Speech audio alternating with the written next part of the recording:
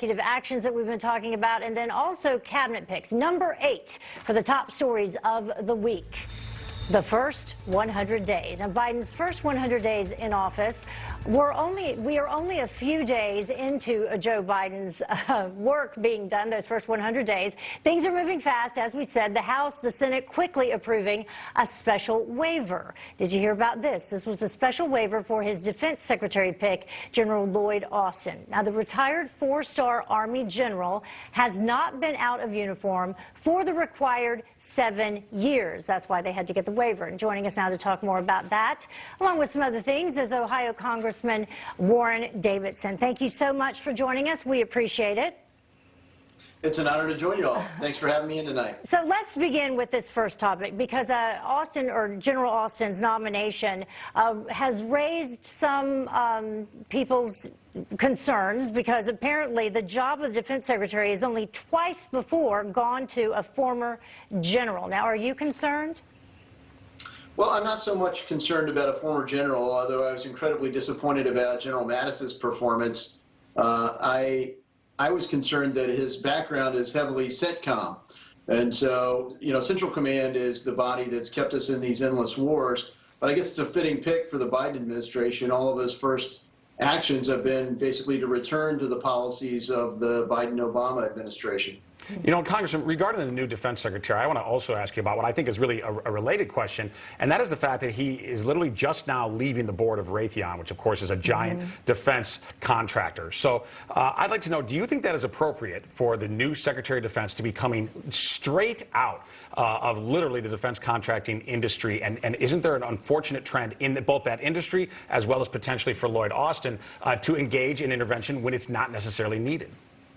Well, I'm a big fan of Dwight Eisenhower. He's a great Republican, a very effective general, and a very effective president. And obviously in his farewell speech, he warned about a future that would have this kind of cooperation, close alliances that with not just the military-industrial complex, but with the scientific technical elite. We saw that, you know, in a lot of ways. But I will say, look, I've talked to people who served with General Austin, or now Defense Secretary Austin.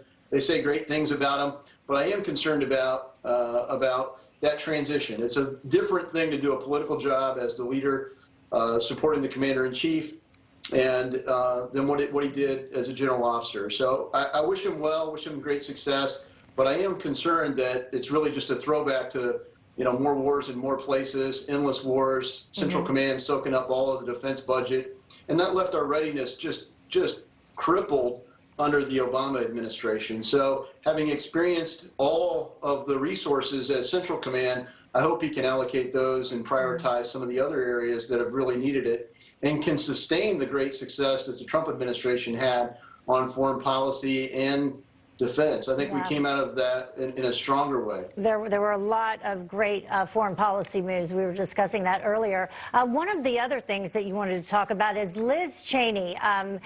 She obviously one of the people who has expressed impeachment, being in favor of impeachment for the former president, and she's now gotten her first primary challenger as a result of voting to impeach President Trump. Your thoughts on Liz Cheney and the others who are moving forward with impeachment from the Republican side? Well, look, you know, clearly the energy in the party is not with the 10 people who voted to impeach President Trump. It's with the 96% of the conference that didn't vote to impeach President Trump. It's, you know, if you look at where our conference chair is trying to lead our party, it's backwards to the endless wars kind of past, the past that Donald Trump represented a break from. And that's where the energy is. That's where the future of our party is. And so people that are saying that this is, you know, post-Trump, it's post-Donald Trump's presidency, but it's clearly not a post-Trump party. And we have to really talk about that in terms of where does our party move and where does the leadership of our party move. Where do you think it should move? Well, I think it needs to build on the coalition Donald Trump did. Look, he got more votes than any previous president had gotten in his reelection. Unfortunately, he didn't win re-election. He's not in his second term. We all wish he was on the Republican side of the aisle, obviously.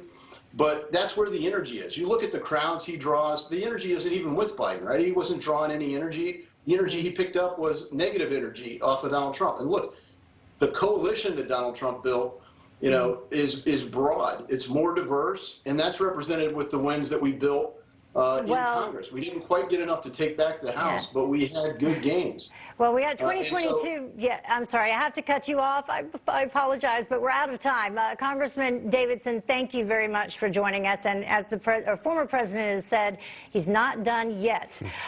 Now, coming up, you can impeach a president. Can you impeach a president once he's already out of office? We're taking a look at this potential history-making move.